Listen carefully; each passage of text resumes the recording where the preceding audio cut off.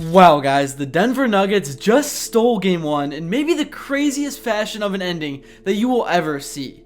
I've always hated the strategy to foul like the Thunder did down the final 15 seconds of the game. I just don't understand. You're up 3, just play defense. Basically, all you're doing is forcing yourself to have to be perfect from the free throw line just to ultimately get to the same exact spot where the Nuggets are shooting a last second 3 to tie the game anyways. I hate that strategy. I know in terms of math and statistics, it's probably the best move to do, but in the playoffs, when the intensity rises, when the pressure rises, it's almost impossible to hit every single free throw, and the Thunder almost made it, but then Chet Holmgren choked, missed both, and that created the opportunity for the Nuggets in transition for Russell Westbrook to hit Aaron Gordon, and he made one of the biggest three-pointers of his career. I know he had some crazy plays and clutch plays in the finals, but that was definitely a big one. That was definitely an all-time moment, and if you're the Thunder, that one had to sting because they had that game in the bag. They were up by nearly double digits the whole entire fourth quarter, but the Nuggets never went away. They hung around, and how about Nikola Jokic, man? I mean, it's hard to put into words how great he is as a player, and his stats are just crazy, man. Like, we've never seen anything like it before.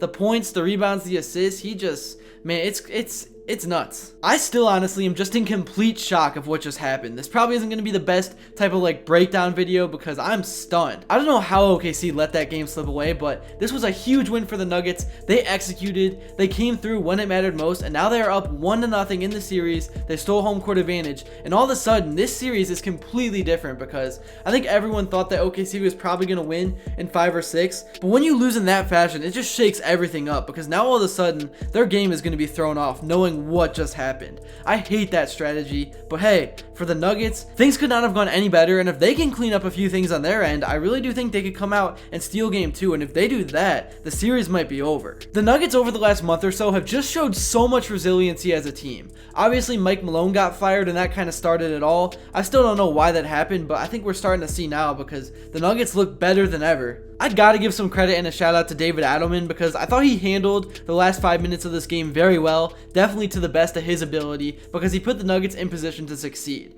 Obviously, he could have got in trouble there with Nikola Jokic ending up on the sideline when they didn't have any timeouts and SGA hitting that quick dunk, and that was another thing I thought the Thunder did wrong. They should have recognized that Jokic was off the court, and with those 10 seconds left, that's when they should have just played defense and just banked on the fact that the Nuggets would have had a harder time getting that 3 without Jokic on the floor. But hey, that's just some of the differences between young and experienced teams. The Nuggets obviously have a championship under their belt, which helps a lot in these type of scenarios because you're not going to panic. You're just going to worry about executing and doing what you can, controlling what you can control. And again, shout out to Russell Westbrook because he missed that big 3 earlier. I'm sure it was in his head. I'm sure he wanted to get his get back. And when he was in transition, he could have forced up another bad shot, but he made the right basketball play. He hit the open man in Aaron Gordon, who was able to knock down that clutch game-winning 3. I definitely have a lot to talk about in terms of the numbers because Nikola Jokic ended the game with 42 points and 22 rebounds, which is just absolutely absurd. Like, I don't think I've ever seen a stat line like that before. But first off, let's get into some of the plays from this game.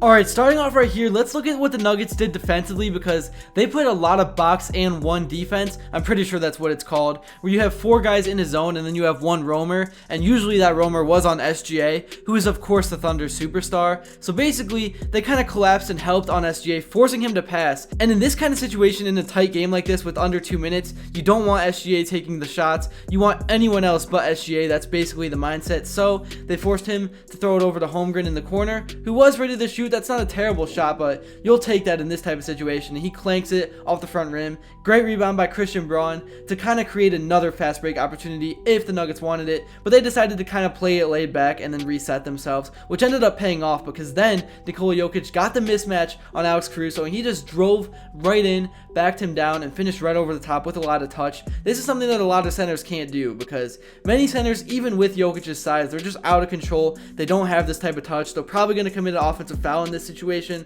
or they're going to make a bad pass, but not Jokic. He's going to finish this every time. You cannot give him a mismatch. He's always going to take advantage, and it's why he's the MVP. He really is just something else, man. It's hard to put into words how good he is, and I feel like sometimes he falls under the radar, and it's just super underrated. I know people do give him credit, but seriously, this dude is like, he's putting up LeBron caliber seasons, like LeBron 2018. Maybe that's a stretch, but he really is that special. I mean, I don't know of anyone else that's putting up 42 and 22 in a game. Alright, now moving on right here, same concept, box and 1. Christian Braun is all over SGA, forcing the miss. And then the Nuggets kind of got lucky that Holmgren wasn't able to put this in. He was kind of unclutch. He was he was selling. I hate to use that word, but he was definitely choking down the final stretch of the game. But he's a young player. You're going to get that. And Aaron Gordon is so scrappy. He always dives after loose balls. He makes championship plays. And that was a big reason why the Nuggets won this game. I know he made that game-winning shot, but really the two X factors were those two loose balls that he dove after and grabbed. And in this one, he called timeout. Alright, now here we got Jamal Murray starting this play up top. Jokic comes and sets the screen.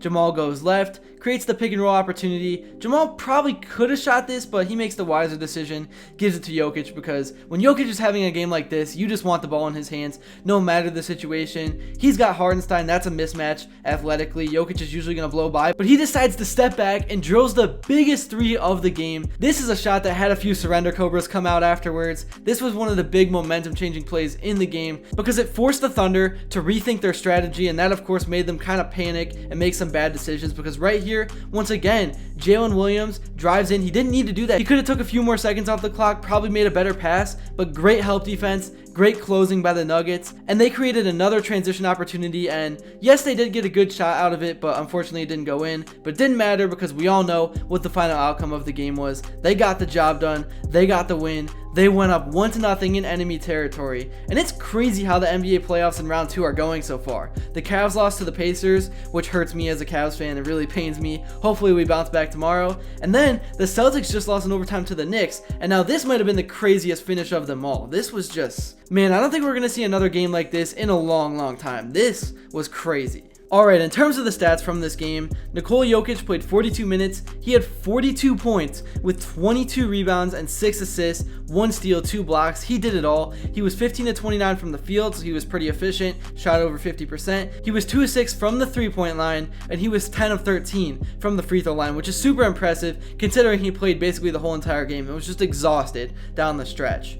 Aaron Gordon played 39 minutes. He had 22 and 14 for a double-double. He was 7 of 15, 3 of 6 from behind the arc, and he hit the biggest and most clutch shot of the game. And then Jamal Murray led the team in minutes, playing 44. He basically didn't sit at all. He only sat 4 minutes, which is 1 minute per quarter. He had 21 points with 6 rebounds and 6 assists, and was plus 12 in terms of plus minus. And then Christian Braun, you gotta give a shout out to him, because he logged 40 minutes and had a double-double with 11 points and 13 rebounds. He was asked to guard SGA for most of the night, and I thought overall he did a pretty good job. I know SGA did score 33 points and almost had a triple-double, but he was 12 of 26. He shot under 50%, and when you can hold SGA in a game like this to 33, I think that's definitely job well done. In terms of the bench, Russell Westbrook actually had a solid outing. I know he missed that big 3, but he had 18 points and was 7 of 13 from the field. He was 1 of 5 from the 3-point line, but he made the biggest pass of the game to Aaron Gordon to set up that game-winning 3, so job well done for Westbrook.